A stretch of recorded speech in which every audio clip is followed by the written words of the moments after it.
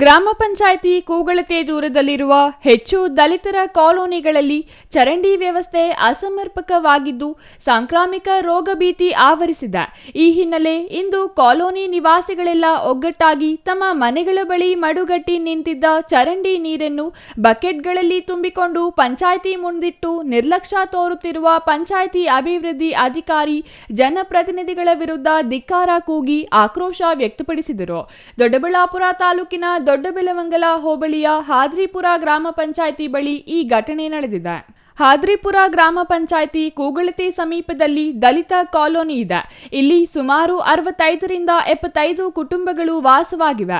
ಈ ಕಾಲೋನಿಯಲ್ಲಿ ಚರಂಡಿ ಸಮಸ್ಯೆ ಸೇರಿದಂತೆ ಮೂಲ ಸೌಕರ್ಯಗಳ ಕೊರತೆ ತಾಂಡವವಾಡುತ್ತಿದೆ.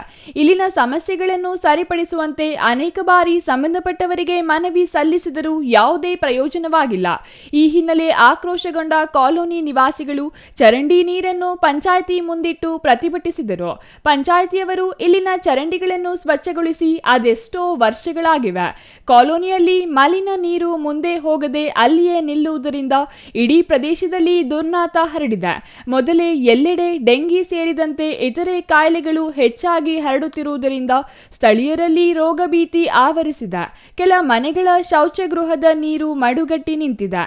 ಇದರಿಂದ ಅಶುಚಿತ್ವ ತಾಂಡವವಾಡುತ್ತಿದೆ ಎಂದು ಮಹದೇವಯ್ಯ ಕಿಡಿಕಾರಿದ್ದಾರೆ. ರಸ್ತೆ ಬದಿಯಲ್ಲಿ ಸರಾಗವಾಗಿ ನೀರು ಹರಿಯುವಂತೆ ಚರಂಡಿ ನಿರ್ಮಿಸಬೇಕು. ಈ ಕುರಿತು ಅಧಿಕಾರಿಗಳಿಗೆ ಹೇಳಿ ಸಾಕಾಗಿದೆ. ಯಾವುದಕ್ಕೂ ಕ್ಯಾರೆ ಎನ್ನುತ್ತಿಲ್ಲ. ಚರಂಡಿಯಲ್ಲಿ ಹೂಳು ತುಂಬಿದೆ. ತ್ಯಾಜ್ಯ ನೀರು ಮಡುಗಟ್ಟಿ ನಿಂತಿದೆ. ಇದರಿಂದ ಸ್ವಚ್ಛತೆ ಇಲ್ಲವಾಗಿದೆ. ಕೆಲಸ ಮುಗಿಸಿ ಸಂಜೆ ಮನೆಗೆ ಬಂದರೆ ಸಾಕು, ಸೊಳ್ಳೆಗಳ ಕಾಟದಿಂದ ಬೇಸತ್ತು ಹೋಗಿದ್ದೇವೆ.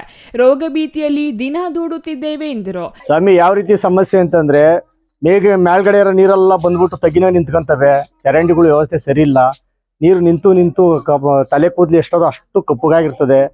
ಆ ಬಾಲುಳ ಬಿದ್ದು ಹರಿತಾ ಇರ್ತವೆ. ಆ ಚಪ್ಪಲಿ ಕಾಲಿಗೆ ಸಿಗ್ತಾ ಇರ್ತವೆ. ಆ ಬಾಲುಳ ಚಟಿ ಅಂತಿರ್ತವೆ. ನಡೆದಾಡ್ತಿದ್ರೆ ಒಳಗಡಿಕೆ ಬಂದ್ಬಿಡ್ತವೆ. ಆಮೇಲೆ ನೀವು ಮಳೆ ನೀರೇನ ಬಂತು ಅಂದ್ರೆ ಆ ಬಾಲುಳೆಲ್ಲ ಮನೆ ಒಳಗೆ ಬಂದ್ಬಿಡ್ತವೆ. ಅಂತ ಕೆಟ್ಟ ದುಸ್ಥಿತಿ ನಮಗೆ ಬಂದದೆ.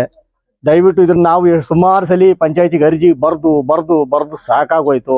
ಆ ಹಿಂದೆ ಇದ್ದ PDOಗ ಅವ್ರಿಗೂ ಗಮನಕ್ಕೆ ತಂದಿದ್ದೀವಿ.